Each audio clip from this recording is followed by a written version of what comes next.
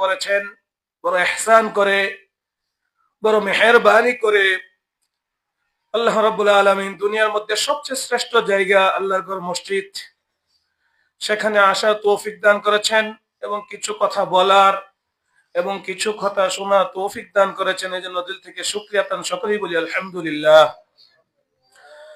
কারণ আমার মতো আপনার মতো আরো অনেক লোক আছে, এলাকায় আছে, মহল্লায় আছে, আশেপাশে আছে, আল্লাহ রাব্বুল আলামিন তাদের তৌফিক দেন নাই, মসজিদে আসার তৌফিক তাদের হয় নাই। এই জন্য এটা বড় দয়া, আল্লাহ রাব্বুল আলামিনের বড় দয়া যে আমরা আসতে পেরেছি। পবিত্র কালামে আল্লাহ রাব্বুল আলামিন ইরশাদ করেছেন, লা ইন শাকারতুম লা আযীদান্নাকুম ওয়া লা ইন কাফারতুম ইন্না আযাবি লাশাদীদ। লা ইন শাকারতুম, যদি তোমরা শুকরিয়া আদায় করো, লা আযীদান্নাকুম, অবশ্যই অবশ্যই আমি নিয়ামত বাড়িয়ে দিব। ওয়া লা ইন কাফারতুম, আর যদি শুকরিয়া আদায় না করো, অকৃতজ্ঞ হও, তোমাদের কাছ থেকে আমি নিয়ামত ছিনিয়ে নিব। ইন্না আযাবি লাশাদীদ, নিশ্চয় আমার শাস্তি হবে অনেক কঠিন। তো এই জন্য সর্বদাই, সর্ব অবস্থায়, সর্ব হালাতে যেইভাবেই থাকি না কেন, সুখে থাকি, দুঃখে থাকি, সর্বদাই আল্লাহ রাব্বুল আলামিনের শুকরিয়া আদায় করব। আল্লাহ রাব্বুল আলামিন আমাদের সকলকে বেশি বেশি শুকরিয়া আদায় করা তৌফিক দান করুক, সকলে বলুন আমিন। তো যেহেতু এটা শাবান মাস, লাইলাতুল বারাত, যেটাকে শবে বরাত বলা হয়, এই বিষয়ে দুই একটি কথা বলবো, আল্লাহ রাব্বুল আলামিন যদি আমাকে তৌফিক দান করেন। যে শবে বরাত, শব এটা ফার্সি শব্দ, এটার অর্থ হলো রাত, আর বারাআতুন এটা আরবি শব্দ, এটার অর্থ হইল এরকম মুছে ফেলা, মাফ করে দেওয়া, কর্তন করে দেওয়া, কেটে দেওয়া। শবে বারাআত এটাকে অনেকে এরকম বলে ভাগ্যের রাত। এই কথাটা সঠিক না, এটা ভুল। ভাগ্যের রাত না, এটা হলো মুক্তির রাত। কারণ আল্লাহ রাব্বুল আলামিন এই রাতে সকলকে এরকম মাফ করে দেন, এই জন্য এই রাতকে মুক্তির রাত বলা হয়। বারাআতুন মানে মুক্তি, গুনাহ থেকে মুক্তি দিয়ে আল্লাহ রাব্বুল আলামিন মাফ করে দেন বান্দাদেরকে। এই শবে বরাতকে লাইলাতুর রহমা, রহমতের রাতও বলা হয়। কেন? এই রাতে আল্লাহ রাব্বুল আলামিন অগণিত রহমত নাজিল করেন বান্দার প্রতি। এই শবে বরাতকে লাইলাতুল বারাকাহ, বরকতের রাতও বলা হয়। কারণ আল্লাহ রাব্বুল আলামিন এই রাতে অফুরন্ত বরকত বান্দার প্রতি এরকম দিয়ে থাকেন, এই জন্য লাইলাতুল বারাকাহ বলা হয়। আবার এটাকে লাইলাতুন নিসফি মিন শাবান, শাবানের অর্ধেক, এই নামেও ডাকা হয়।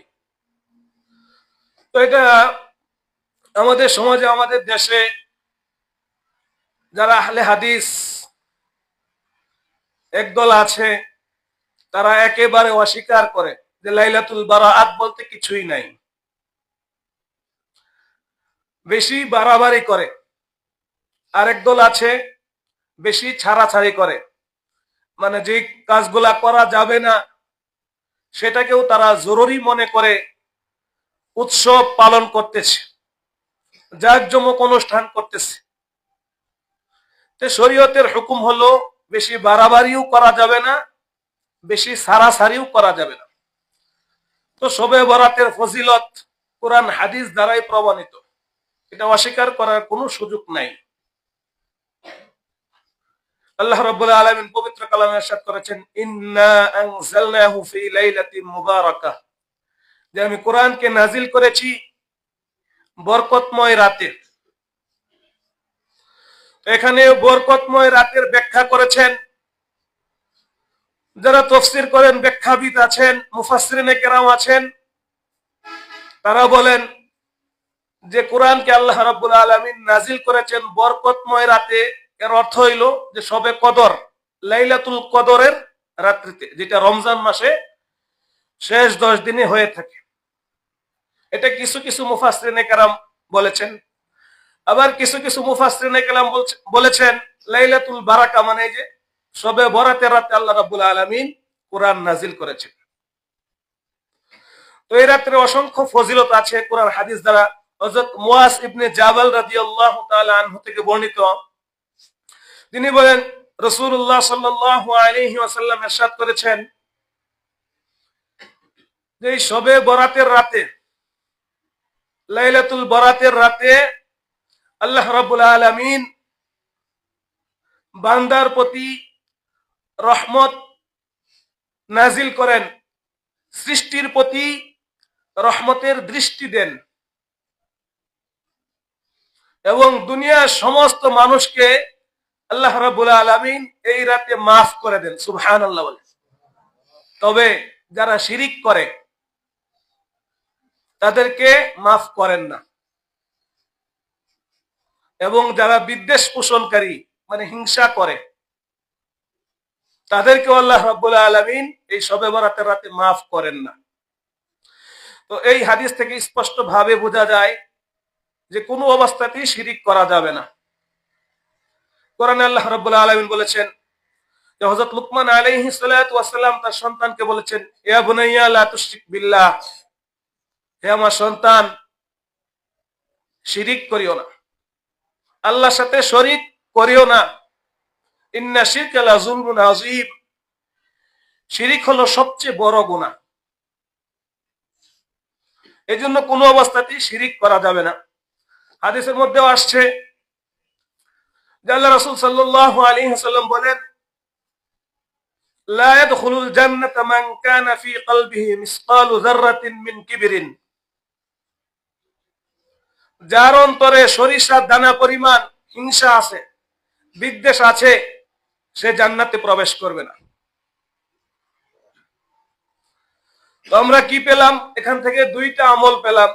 এক নাম্বার হলো শিরিক করা যাবে না, দুই নাম্বার হিংসা বিদ্বেষ করা যাবে না, কারণ হিংসাকারীকে আল্লাহ রাব্বুল আলামিন পছন্দ করেন না। অন্য হাদিসের মধ্যে আসছে যে আল কিবরিয়া রিদাই ওয়াল আজমাতু ইজারি ফামান নাযাআনি ওয়াহিদাম মিনহুমা ফাযাফতুহু ফিন নার।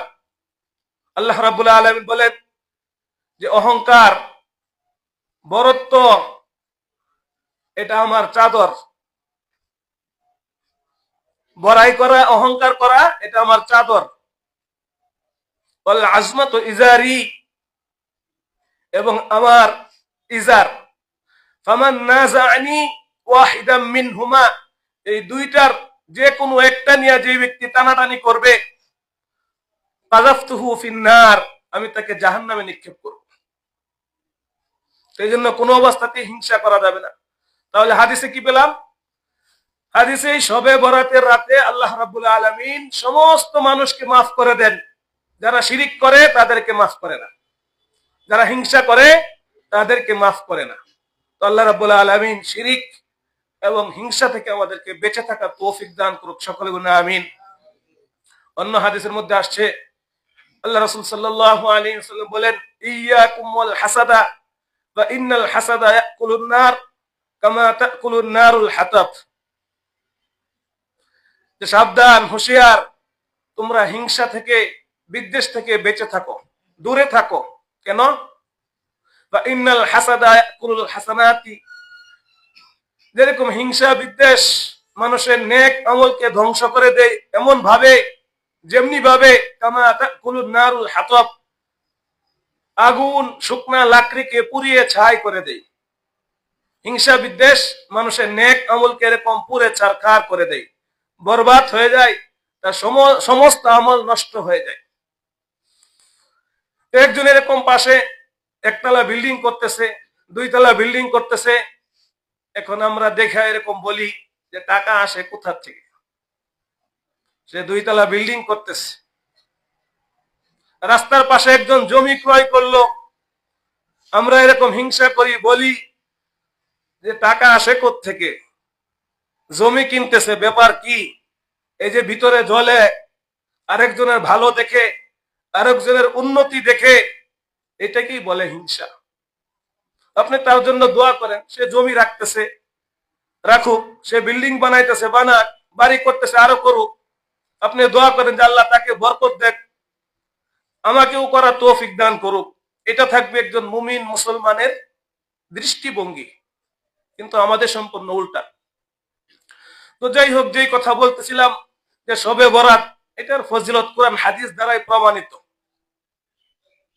আল্লাহ রাসূল সাল্লাল্লাহু আলাইহি ওয়াসাল্লাম বলেন যে এই শবে বরাতের রাতে আল্লাহ রাব্বুল আলামিন প্রথম আসমানে চলে আসেন। হাদিসের মধ্যে বলেন যে ইযা কানাত লাইলাতুন নিসফি মিন শাবান, যখন শাবানের অর্ধেক হয়, অর্থাৎ 14 তারিখ সারা দিন যায় রাত, মানে 15 তারিখ, আরবিতে তো রাত আগে আসে।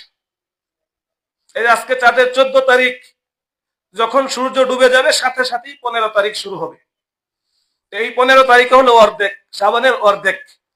যখন শাবান মাসের অর্ধেক হয়, ইযা কানাত লাইলাতুন নিসফি মিন শাবান ফাকুমু লাইলাহা, যে তোমরা রাতে নফল নামাজ পড়ো।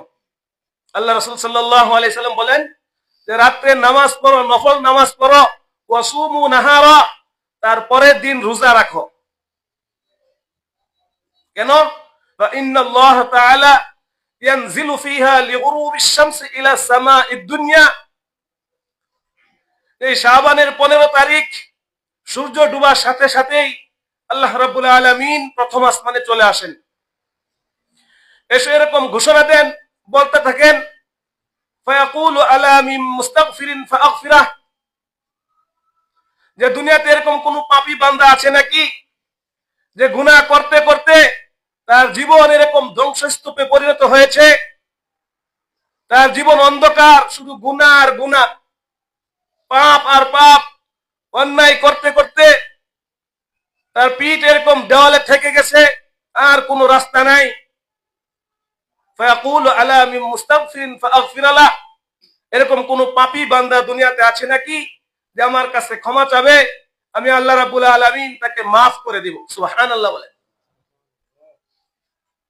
এই হাদিস দ্বারা স্পষ্ট ভাবে বোঝা যায় এই লাইলাতুন নিসফি মিন শাবান, শাবানের রাত্রিতে আল্লাহর কাছে গুনাহ থেকে মাফ চাইতে হবে, বেশি বেশি দোয়া করতে হবে, গুনাহ থেকে মাফ চাইতে হবে। এরপর আল্লাহ রাব্বুল আলামিন এরকম ঘোষণা দেন, আলা মিন মুস্তাগফিরিন ফাগফির লাহ, আলা মিন মুস্তারজিকিন ফারজুকা, দুনিয়াতে এরকম কোন বান্দা আছে নাকি যার রিজিকের অভাব, খাদ্যের অভাব, কষ্টে আছে, ঋণগ্রস্ত আছে, রিজিকের কোনো ব্যবস্থা নাই, অভাব অনটন সংসারে লেগে আছে, হালাল পথে ইনকাম করার কোনো সুযোগ হচ্ছে না, চাকরি বাকরি নাই, আল্লাহ আমি মুস্তারজিকিন ফারজুকা, আমার কাছে চাও, আমি আল্লাহ রাব্বুল আলামিন তোমার রিজিকের ব্যবস্থা করে দেব। সুবহানাল্লাহ। আলা মিন মুবতালান ফাউআফিয়া, দুনিয়াতে এরকম কোন রোগী আছে নাকি, অসুস্থ ব্যক্তি আছে নাকি যে আমার কাছে এরকম হাত তুলে বলবে যে আল্লাহ আমি অসুস্থ, আপনি আমাকে সুস্থ করে দেন, আমি কষ্ট ভোগ করতেছি, আমাকে সুস্থতা দান করুন, আমি আল্লাহ রাব্বুল আলামিন তাকে সুস্থ করে দেব। সুবহানাল্লাহ। আলা কাযা আলা কাযা হাত্তা ইয়াতলু আল ফাজর, এরকম ভাবে প্রত্যেকটা বিষয় উল্লেখ করে আল্লাহ রাব্বুল আলামিন বলতে থাকেন যে কার কি প্রয়োজন, কার কি জরুরত, কার কি সমস্যা, কার কি প্রবলেম, আমার কাছে বলো, আমি আল্লাহ রাব্বুল আলামিন সব সমস্যা সমাধান করে দেব। তো এই হাদিস দ্বারা স্পষ্ট ভাবে বোঝা যায় যে এই রাত্রে নফল নামাজ পড়তে হবে। এক নাম্বার হইল নফল নামাজ। অনেকে এরকম মুকসিদুল মুমিনিন বা অন্যান্য কিতাব আছে, এরকম লেখা আছে যে সূরা ফাতিহা একবার পড়তে হয়, কুল হুয়াল্লাহ 10 বার পড়তে হয়, বিভিন্ন বই এরকম বিভিন্ন ভাবে লেখা, এই সবগুলা ভুল। নফল নামাজের নির্দিষ্ট করে এরকম নিয়ম নাই। স্বাভাবিক নামাজ আপনি যেভাবে 2 রাকাত 2 রাকাত পড়েন, এইভাবে যতক্ষণ মনে চায় শরীরে কুলাই ততক্ষণ পর্যন্ত পড়বেন, 2 রাকাত করে। শবে বরাতের জন্য আলাদা কোনো নামাজ নাই, আলাদা কোনো আমল নাই, আলাদা কোনো কিছুই নাই। অনেক মা বোনেরাও জিজ্ঞেস করে যে শবে বরাতের নামাজ কয় রাকাত? আসলে কয় রাকাত না, আপনি যতক্ষণ পারেন ততক্ষণ পর্যন্ত নামাজ পড়বেন। আর এটা একা একা হতে হবে। জামাত বেঁধে, দল বেঁধে মসজিদে এরকম জাঁকজমক করে মাইক দিয়া কোরআন তেলাওয়াত করে, এরকম বিশাল আয়োজন করে, লাইটিং এর ব্যবস্থা করে, 2 ঘন্টা বয়ান করে, এরকম তবারক এনে বিস্কিট, জিলাপি, বাতাসা, খিচুড়ি, বিরিয়ানির আয়োজন করা হয় অনেক মসজিদে। এটা সম্পূর্ণ বেদাত, নিষেধ। এখানে কোনো খাওয়া খাদ্য চলবে না। এরকম সমষ্টিগত ভাবে জামাত বেঁধে, দল বেঁধে ইবাদতের দিন না, এটা রাত না, এটা হলো পার্সোনাল, একা একা আপনি ইবাদত করবেন। হতে পারে আপনার বাসায়, হতে পারে মসজিদে, আপনার যেখানে ভালো লাগে সেইভাবে আমল করবেন। আল্লাহ রাব্বুল আলামিন আমাদের সকলকে এরকম আমল করার তৌফিক দান করুক, সকলে বলেন আমিন। তো নফল নামাজের অনেক ফজিলত আছে। হাদিসের মধ্যে আসছে, আল্লাহ রাসূল সাল্লাল্লাহু আলাইহি ওয়াসাল্লাম বলেন, মা ইয়াজালু আবদু ইয়াতাকাররাবু ইলাইয়া বিন নওয়াফিল হাত্তা উহিব্বাহ। যে নফল নামাজের মাধ্যমে, নফল ইবাদতের মাধ্যমে বান্দা আমার নিকটবর্তী হয়ে যায়। আল্লাহ রাব্বুল আলামিন বলে যে নফল ইবাদতের মাধ্যমে বান্দা আমার নিকটবর্তী হয়ে যায়, অর্থাৎ আমার খুব কাছে চলে আসে, আমার কাছের মানুষ হয়ে যায়, আমার প্রিয় মানুষ হয়ে যায়। হাত্তা উহিব্বাহু, এমনকি সে আমার ভালোবাসার পাত্র হয়ে যায়, অর্থাৎ আমি আল্লাহ তাকে ভালোবাসতে শুরু করি। সুবহানাল্লাহ বলে। তো যখন আমার কাছের পাত্র হয়ে যায়, ভালোবাসার পাত্র হয়ে যায়, ইন আ'তাইতুহু ওয়া ইন সাআলতানি আ'তাইতুহু, তখন বান্দা যা চায় আমার কাছে আমি তাকে তাই দিই। সুবহানাল্লাহ। ওয়া ইন দাআনি আজাবতুহু, যদি সে আমাকে ডাকে আমি তার ডাকে সাড়া দেই। সে যদি এরকম আমার কাছে দোয়া করে আমি তার দোয়া কবুল করি। এই জন্য বেশি বেশি নফল পড়া, নফল নামাজ পড়তে হবে। নফল ইবাদতের মাধ্যমে বান্দা আল্লাহ রাব্বুল আলামিনের নৈকট্য অর্জন করে। আল্লাহ রাব্বুল আলামিন আমাদের সকলকে বেশি বেশি নফল পড়া তৌফিক দান করুক, সকলে বলুন আমিন। শুধু এটাই না, নফলের আরো অনেক ফজিলত আছে। যখন আল্লাহ রাব্বুল আলামিন বান্দাকে এরকম মাফ করবেন, দেখবে যে তার ফরজে অনেক ঘাটতি আছে, ফরজ নামাজ পড়ে নাই, অনেক কমতি আছে, তখন আল্লাহ রাব্বুল আলামিন বলবেন যে দেখো তার কোনো নফল আছে কিনা। তো খুঁজা খুঁজা যদি এরকম নফল থাকে, আল্লাহ রাব্বুল আলামিন এই নফলের বিনিময়ে তাকে এই ফরজের ঘাটতি মাফ করে দিবে। সুবহানাল্লাহ বলে। এরপর তাকে জান্নাত দিয়ে দিবে। এই জন্য বেশি বেশি নফল পড়া। আল্লাহ রাব্বুল আলামিন নফল পড়ার তৌফিক দান করুক, সকলে বলেন আমিন। তো শবে বরাতের আমল এটা হলো নফল। নফল আমলের মধ্যে একটা পাইলাম আমরা যে নামাজ, নফল নামাজ পড়তে হবে 2 রাকাত করে, যতক্ষণ পর্যন্ত আপনার শরীরে কোলায় আপনি পারেন ততক্ষণ পর্যন্ত পড়বেন। এরপরে নফল আমলের মধ্যে আরো আমল আছে, যেরকম আফজালু যিকরি লা ইলাহা ইল্লাল্লাহ, জিকির, লা ইলাহা ইল্লাল্লাহ জিকির, এটা উত্তম জিকির, এটাও নফল ইবাদত। আপনি যে কোনো জিকির আজগার করতে পারেন। এরপরে এরকম কোরআন তেলাওয়াত করা, হাদিসের মধ্যে আসছে নফল ইবাদত, আপনি কোরআন তেলাওয়াত করতে পারেন। এখানে কোনো এরকম সমষ্টিগত ভাবে দল বেঁধে ইবাদত করতে হবে বিষয়টা এরকম না। আল্লাহ রাব্বুল আলামিন বুঝার তৌফিক দান করুক, সকলে বলুন আমিন। এরপর আরেকটা হাদিসের মধ্যে আসছে যে হযরত আয়েশা রাদিয়াল্লাহু তাআলা আনহা, আল্লাহর বিবি ছিলেন, উনি বলেন যে এক রাতে এরকম আল্লাহ রাসূল সাল্লাল্লাহু আলাইহি ওয়াসাল্লাম ঘরে আসলেন। আসার পরে গায়ের জামা খুললেন, খোলার পরে আবার জামা গায়ে দিলেন, গায়ে দিয়ে বের হয়ে গেলেন। তো আয়েশা রাদিয়াল্লাহু তাআলা আনহা বলেন যে উনি খুঁজতে খুঁজতে বের হলেন, বলেন যে আমি খুঁজতে খুঁজতে বের হলাম, ভাবলাম যে অন্য কোনো বিবির ঘরে গেছে কিনা। তো এরকম খুঁজতে খুঁজতে যায় যায় দেখি যে কোনো বিবির ঘরে যায় নাই। জান্নাতুল বাকি নামে যে কবরস্থান আছে, সেখানে আল্লাহ রাসূল সাল্লাল্লাহু আলাইহি ওয়াসাল্লাম দুই হাত তুলে আল্লাহর কাছে দোয়া করতেছে। তো এরপর আল্লাহ রাসূল সাল্লাল্লাহু আলাইহি ওয়াসাল্লাম বললেন যে হে আয়েশা, হে হুমায়রা, তুমি কি এটা ভাবছো যে আমি অন্য কোনো বিবির ঘরে গেছি? আয়েশা রাদিয়াল্লাহু তাআলা আনহা কত সরল মন, নবীদের বিবি দেখেন কত সাদা সিধা, বলতে যে হ্যাঁ আল্লাহ রাসূল, আমি তো এটাই ভাবছি যে আপনি অন্য কোনো বিবির ঘরে গেছেন কিনা। আমাদের বিবি হইলে কি বলতো, না না, এরকম ধারণা তো আমি করতেই পারি না, অসম্ভব। কিন্তু নবীর বিবিরা দেখেন কত সহজ সরল, মন খোলাসা, সুন্দর ভাবে বলেছে হ্যাঁ আমি তো এটাই ধারণা করছি। আল্লাহ রাসূল বলে যে আমি কিভাবে তোমার হক নষ্ট করব, তুমি কি এটা ভাবতে পারো? এরপর আল্লাহ রাসূল সাল্লাল্লাহু আলাইহি ওয়াসাল্লাম বলেন যে আয়েশা, আজকে কোন রাত তুমি কি জানো? আয়েশা রাদিয়াল্লাহু তাআলা আনহা বলছে আল্লাহ এবং তার রাসূলই ভালো জানেন।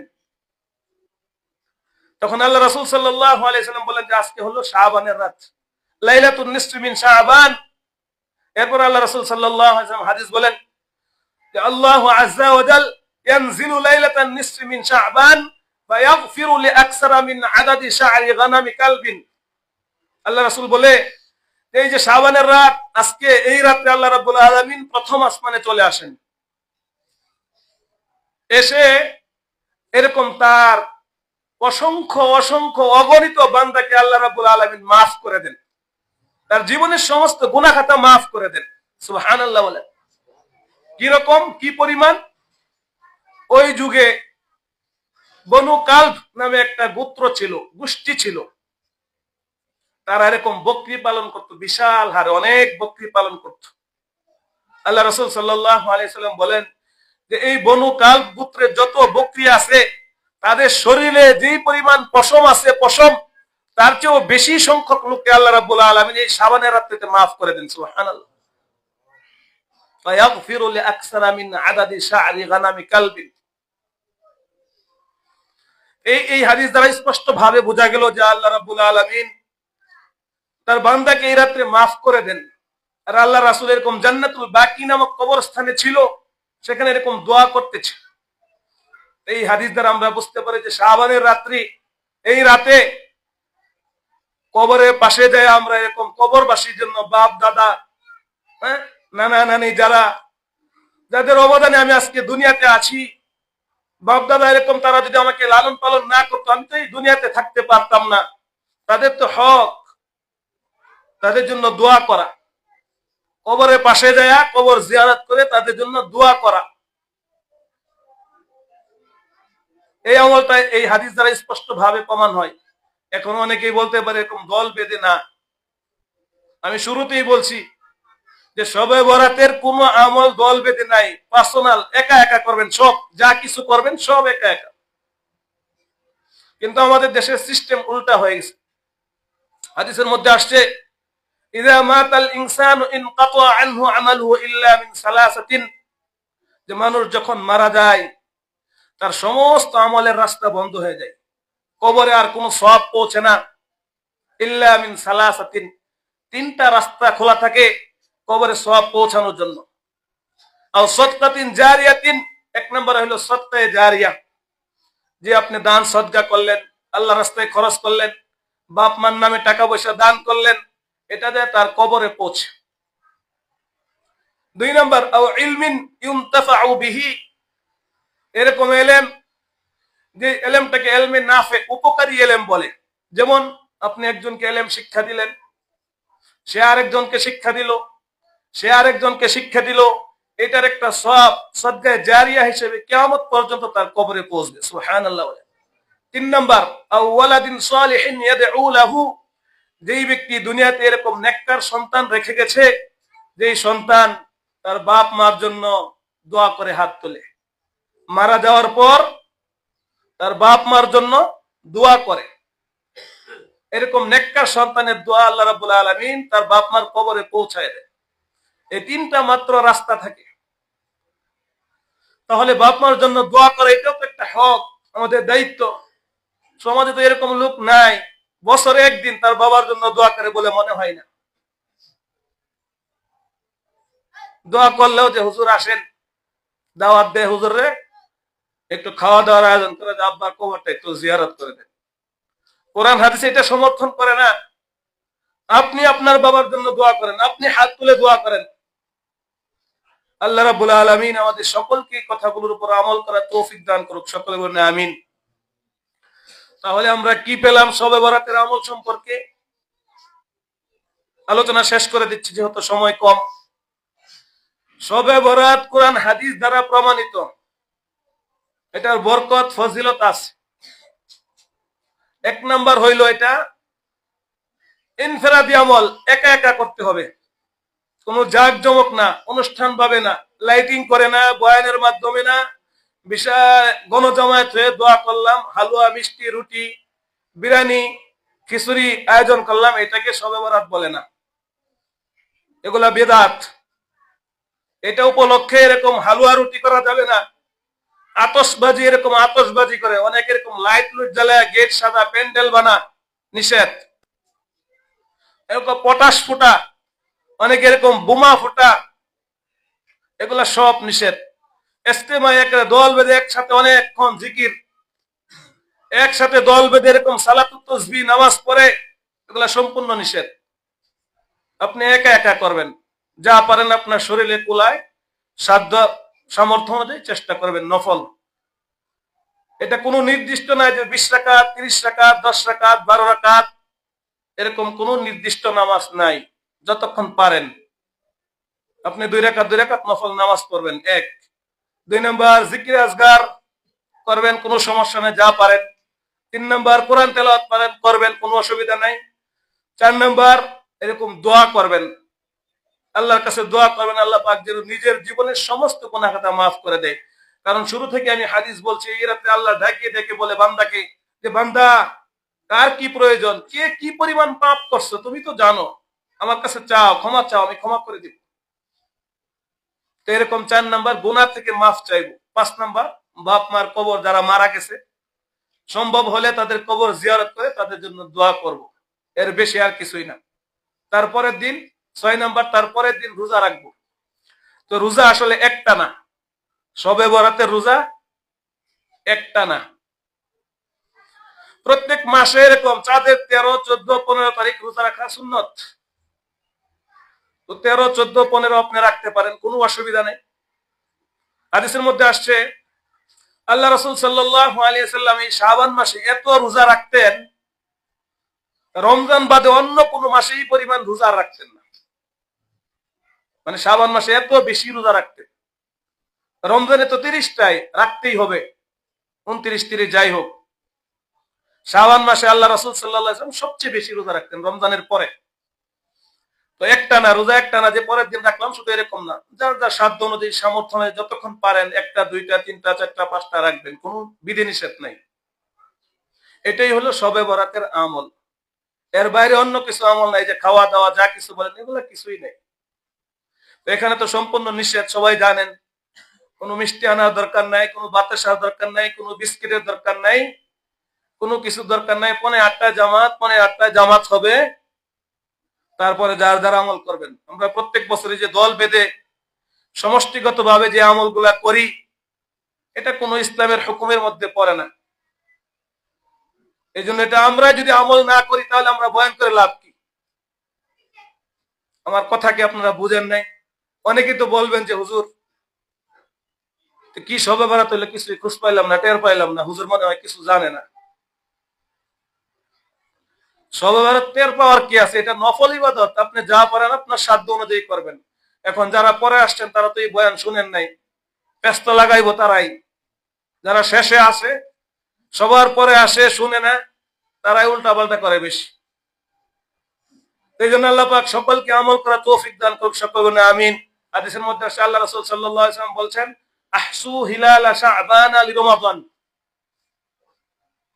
যে রমজানের সুবিধার্থে তোমরা চাঁদের তারিখ গণনা করো, যে আজকে কত তারিখ যাইতেছে, রমজান আসতে আর কতদিন বাকি আছে। আমরা তো এরকম হিসাব রাখি, জানুয়ারি, ফেব্রুয়ারি, মার্চ, ইংরেজি কত তারিখ জিজ্ঞেস করার আগেই বলতে পারে। শাবান মাস যে চলতেছে, এই মাসের নামই অনেকেই জানে না যে শাবান মাস। অথচ এরকম আরবি তারিখ হিসাব করা, আরবি মাস গণনা করা ফরজে কেফায়া। এলাকা থেকে যদি দুই একজন আদায় না করে সবাই গুনাহগার হবে, আর যদি দুই একজন আদায় করে কেউ গুনাহগার হবে না। ইংরেজি তারিখ মনে না রাখলে কি গুনাহ হবে? আমরা তো ইংরেজি সবাই জানি। আজকে চাঁদের কয় তারিখ কেউ বলতে পারবো না জিজ্ঞেস করবে। শাবান এটা কয় তারিখ হয়, লাইলাতুল বারাত কয় তারিখ হয়, এটা জিজ্ঞেস করলে বলতে পারবো না। হাদিসের মধ্যে আল্লাহ রাসূল সাল্লাল্লাহু আলাইহি ওয়াসাল্লাম বলছে যে শাবান মাসের তারিখ গুনে রাখো, রমজানের সুবিধার্থে, রমজানের পরিপূর্ণ প্রস্তুতি নেওয়ার জন্য। এরপর আল্লাহ রাসূল সাল্লাল্লাহু আলাইহি ওয়াসাল্লাম হাদিসের মধ্যে বলছে যে ওয়াকানা আলাইহিস সালাতু ওয়াস সালাম ইয়ানি লাইলাতান নিসফি মিন শাবান আন ইউক্তাবা কুল্লু মাউলুদি বানি আদম ফি হাযিহি সানাহ। আল্লাহ রাসূল সাল্লাল্লাহু আলাইহি ওয়াসাল্লাম বলেন যে শাবানের রাতে, মানে আজকে রাত, সারাদিন যায় যে রাত যাবে, রাত, এই রাতে আজকে রাত্রে আগামী 1 বছর কত সন্তান, বনি আদম সন্তান দুনিয়াতে জন্মগ্রহণ করবে আল্লাহ রাব্বুল আলামিন তা লিখে রাখেন, তা লিপিবদ্ধ করা হয়। وفيها أن يكتب كل هالك من بني آدم في هذه السنة। আগামী 1 বছর কত বনি আদম সন্তান, কত মানুষ মারা যাবে তা এরকম লিপিবদ্ধ করা হয় যে আগামী 1 বছরে কত মানুষ মারা যাবে। হতে পারে আমার লিস্টে এসে গেছে, হতে পারে আপনার লিস্টে এসে গেছে। আমি আপনি স্বপ্নে দেখতেছি, আগামী 20 বছরে প্ল্যান করতেছি যে আগামী 20 বছরে কিভাবে কি করব, ব্যবসাটা কিভাবে গুছাবো, এরকম টাকা পয়সা জমি জমা কোথায় রাখবো। আগামী 50 বছরের স্বপ্ন দেখতেছি, অথচ আমার টিকিট কাটা হয়ে গেছে, চলে আসছে। এই রাতে, আজকে রাত্রেই আগামী 1 বছরে কে কে মারা যাবে এই লিস্টটি আল্লাহ রাব্বুল আলামিন ফেরেশতাদের হাতে বুঝায় দিবেন। আর আমরা আগামী 50 বছরের স্বপ্ন দেখতেছি, দুনিয়ার স্বপ্ন, আখিরাতের না। আখিরাত নিয়ে আমাদের কোনো চিন্তা নাই, কোনো ভাবনা নাই। وفيها أن يكتب كل هالك من بني آدم في هذه السنة وفيها ترفع أعمالهم। এবং এই রাতে, এই শাবানের রাতে, নিসফে মিন শাবান, বান্দার পুরা 1 বছরের যত আমল আছে সমস্ত আমল আল্লাহ রাব্বুল আলামিনের দরবারে উঠায় নেওয়া হবে। সুবহানাল্লাহ বলে। তো এই রাত্রে আয়েশা যদি আপনি দেখেন সারা বছর আপনি গুনাহ করতেছেন, আজকেও আপনি গুনার মধ্যে আছেন, তাহলে আপনার অবস্থা কি হবে আপনি বুঝেন। মনে করেন আপনি একটা চাকরি করতেছেন, প্রত্যেক দিন ফাঁকিবাজি করেন, তো আজকে এরকম আপনাকে জানায় দেওয়া হয়েছে যে উপর থেকে অফিসার আসবে, আপনার এরকম আপনাকে পরিদর্শন করবে, দেখবে যে আপনি ঠিকমতো ডিউটি পালন করেন কিনা। তো উপর থেকে অফিসার আয়সা যদি দেখে যে আপনি আজকেও ঘুমাইতেছেন বৈশা বৈশা ক্লাসে, ডিউটি বাদ দিয়ে বাড়িতে বসে আছেন, আপনার চাকরি থাকবে? চাকরি তো সাথে সাথেই শেষ। তো পুরা 1 বছর যে আমল করছেন, এই আমলটা আজকে আল্লাহ রাব্বুল আলামিনের দরবারে উঠায় নিবে ফেরেশতা। এই জন্য তো আমাদের বেশি বেশি দোয়া করা দরকার, সেই অনুযায়ী আমল করা দরকার। ওয়াফিহা তুনজালু আরযাকুহুম।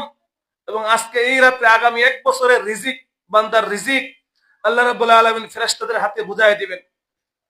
তো এই জন্য আল্লাহর কাছে চাওয়ার দরকার আছে কি নাই? অবশ্যই চাওয়ার দরকার আছে, এবং সেটা হক পথে, সুন্নত তরিকায়, বেদাতি ভাবে না, কোরআন হাদিসের বিরুদ্ধে গিয়ে না, কোরআন হাদিস সমর্থন করে সেইভাবে আমল করতে হবে। আল্লাহ রাব্বুল আলামিন সকলকে আমল করার তৌফিক দান করুক, সকলে বলেন আমিন। যে আমলগুলো বললাম সর্বশেষ আবার একটু স্মরণ করা দেয়, যে কত মানুষ এই মাত্র আসছে, সবার সুবিধার্থে একটু স্মরণ করা যায়। আজকের রাতের নামাজ হইল নফল, এটা নফল ইবাদত। আপনি 2 রাকাত নফল যতক্ষণ পারেন পড়বেন, কোরআন তেলাওয়াত পারেন পড়বেন, জিকির আজগার পারেন পড়বেন, বাপ মার জন্য হাত তুলে দোয়া করবেন, নিজের গুনার জন্য মাফ চাইবেন, সম্ভব হলে কবর জিয়ারত করবেন, তারপরের দিন রোজা রাখবেন। এর বাইরে আর কোনো কিছুই করার দরকার নাই। হালুয়া রুটির দরকার নাই, মিষ্টির দরকার নাই, বাতাসার দরকার নাই, জিলাপির দরকার নাই, এরকম বিরিয়ানির দরকার নাই, বোনা খিচুড়ির দরকার নাই, ঝগড়াঝাটি মারামারি কোনো কিছুর দরকার নাই। আমলটা ব্যক্তিগত, যার যার আমল করবেন। আল্লাহ পাক সকলকে বোঝার তৌফিক দান করুক এবং আমল করার তৌফিক দান করুক। সকলে আমিন। ওয়া আখির দাওয়ানা আলহামদুলিল্লাহি রাব্বিল আলামিন। যারা